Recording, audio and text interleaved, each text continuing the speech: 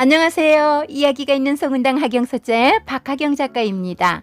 완연한 가을로 익어드는 길목입니다. 유치님들 건강관리 잘 하셔서 아름다운 계절살이 하시길 빕니다. 경기 광주문인 옆에 이영숙 소설가님의 소설 젊은 날의 추억 들려드립니다. 젊은 날의 추억, 소설가 이영숙. 가을 단풍 구경을 가자며 잡아끄는 남편을 뿌리치지 못하고 완이는 승용차에 오른다. 사냐는 새찬 불길에 휩싸인 듯 붉었다. 우리는 차를 세우고 걸었다. 젊은이들은 손을 잡고 걷기도 하고 그 순간을 포착해 사진에 담기 바빴다. 나도 저런 연애 시절이 있었던가 부러움에 남편 손을 잡았다. 단풍이 참 아름답다. 남편은 의자에 걸터 앉았다. 젊은이들을 보니 옛날 생각나네. 남편은 말없이 입가에 잔잔한 주름을 접으며 웃었다. 완이는 단풍나무 배경으로 주름까지도 선명하게 남편 얼굴을 핸드폰에 담았다. 준비한 김밥과 과일을 먹으면서 남편이 말했다. 이제부터라도 짬짬이 여행 다니자. 그럽시다. 더 나이 들기 전에 전국 일주라도 합시다. 완이는 결혼할 무렵 안타까웠던 고비를 떠올리며 젊은이들을 흘낏흘낏 쳐다보았다. 부유한 가정에서 태어났으면 사랑받으며 미래를 꿈꾸며 살 나이에 완이는 가족 생계를 걱정하고 있었다. 그때 친구가 괜찮은 남자라고 인석 씨를 소개해 주었다. 인석 씨는 중소기업에 다니고 있었다. 자그마한 키에 눈이 부리부리하고 야무져 보였다. 하지만 너무 가난했다.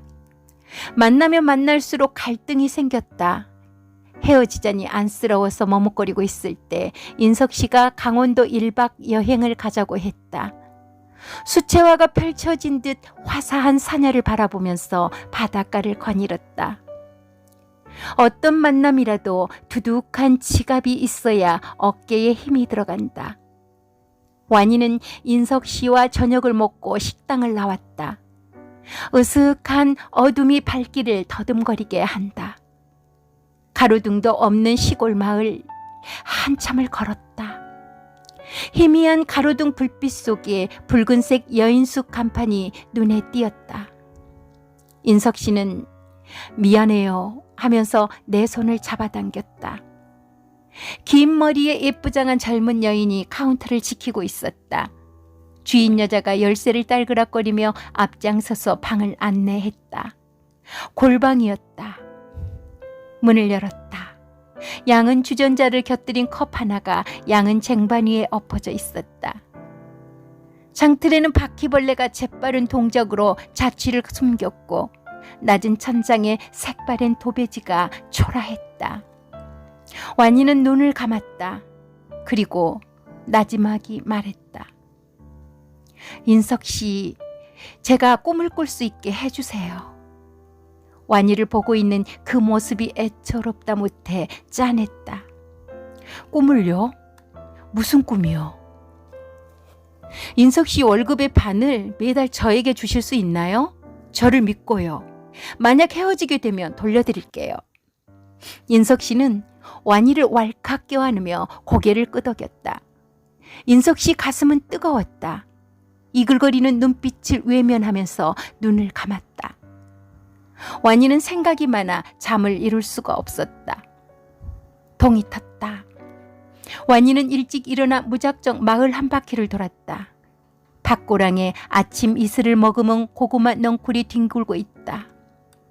가난, 가난, 입속말로 외치면서 걸었다. 문득 완이는 어디론가 사라져버리고 싶었다. 인석 씨를 사랑하는 걸까? 의심스러웠다. 아니, 연민이 아닐까? 완이는 낙엽 밟은 소리에 뒤를 돌아보니 인석 씨가 말없이 걸어오고 있었다. 인석 씨는 매달 약속한 돈을 주었고 완이는 저금을 했다. 2년이 지나 수도권에 있는 20평 집을 전세를 안고 샀다. 하지만 누구에게도 집을 산 이야기는 하지 않았다. 완이도 직장에 다녔으나 매달 월급을 친정에 보내야 생계는 물론 동생들 학비를 조달할 수 있었다. 봄의 햇살은 가냘픈 나뭇잎 사이로 반짝이고 잡초들은 무성하게 피어오른다. 완이는 아버지께 인석 씨 이야기를 하고 싶었다. 퇴근하면서 아버지가 좋아하는 찐빵을 사서 접시에 담아 아버지 곁으로 갔다. 아버지, 저 결혼할 남자가 있어요. 가진 것은 없지만 성실하고 정이 많은 사람이에요. 직업이 뭔데? 전기공사를 하나 봐요. 전문직이에요. 돈은 벌면 되고 건강하면 되지.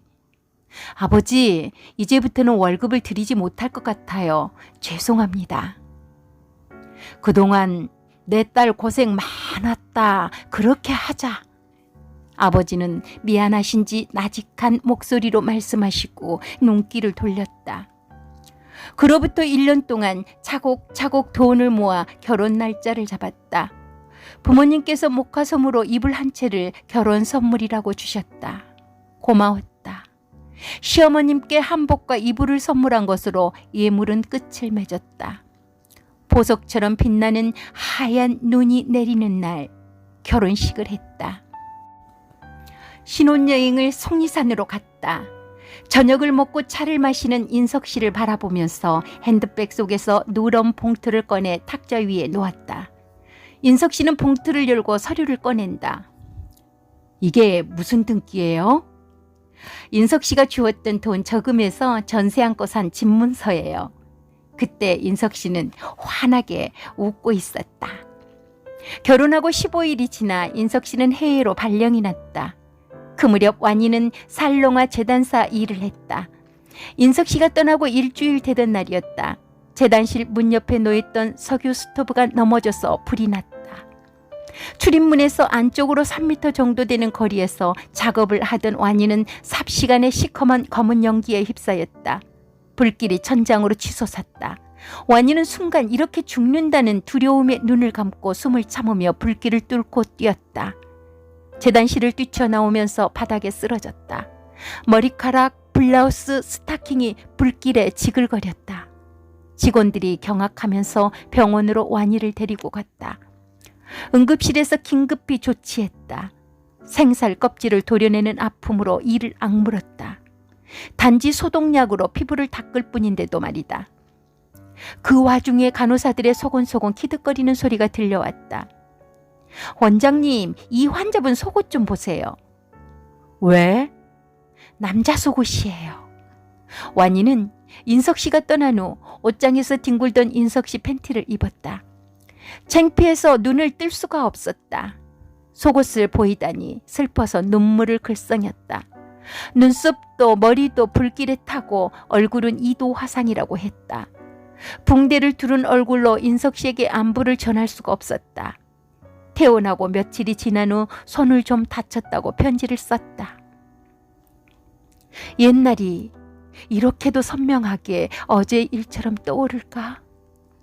완이는 이마트에 들러서 저녁거리를 샀다. 인석 씨는 주방으로 다가와 거둔다. 된장찌개를 끓이고 갈치를 튀기고 돼지 감자 장아찌에 나물 몇 가지를 식탁 위에 놓았다. 남편과 딸은 경제 정치 이야기를 한다. 완이는 딸과 남편을 보면서 날카로운 눈빛을 보낸다. 경제 정치 이야기를 할 때면 완이는 무시당하는 것 같아서 내심 불편했다. 완이는 수저를 놓고 안방으로 들어가 버렸다. 언제인가 라디오 방송에서 흘러나온 사연이 스친다.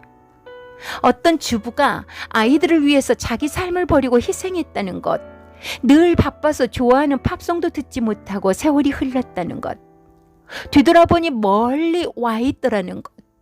어느 날 남편이 딸이 오니까 팝송을 틀면서 이 곡이 좋다고 들어보라고 권유하는 것. 자신이 너무 초라해 보여서 아무 말 없이 소지품 몇 가지를 가방에 넣고 무작정 열차를 타고 여행을 떠났다는 것.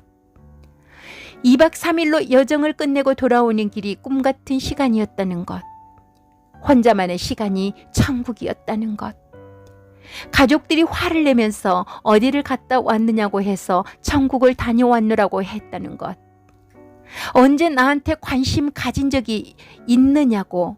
나도 팝송도 좋아하고 여행도 좋아한다고 고함을 쳤다는 것. 완이는 지난 세월을 생각하니 울컥해졌다. 딸아이 음성이 들렸다. 엄마, 방에서 뭐 하세요?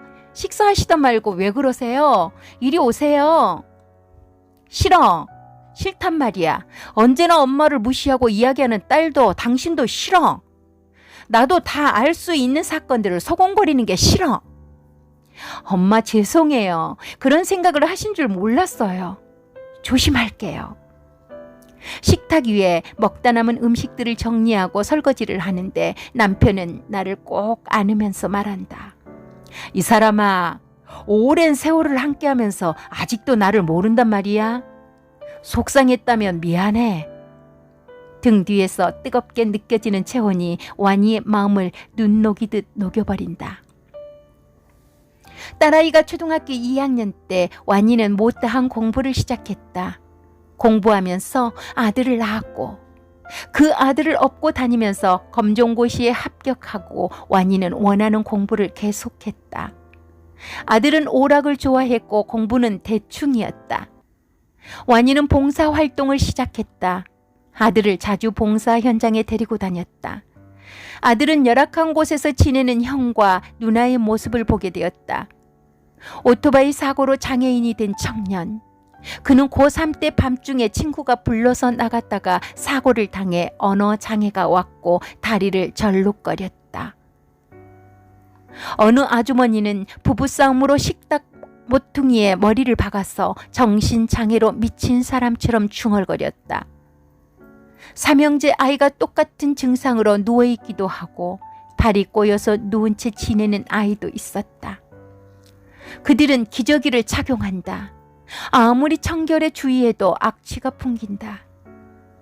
어느 날 아들하고 봉사를 마치고 돌아오는 길이었다. 아들이 내 손을 꼭 잡았다. 엄마, 고맙습니다. 건강하게 낳아주시고 키워주셔서요. 공부 열심히 할게요. 아들은 여전히 공부는 뒷전이었지만 몸 소중함을 알고 심성이 반듯하게 자라주었다. 아들, 딸이 성장해서 자잘한 일이 줄어들자 옛 물건들이 눈에 들어온다. 초등학교 딸아이 일기장이 눈에 띄었다.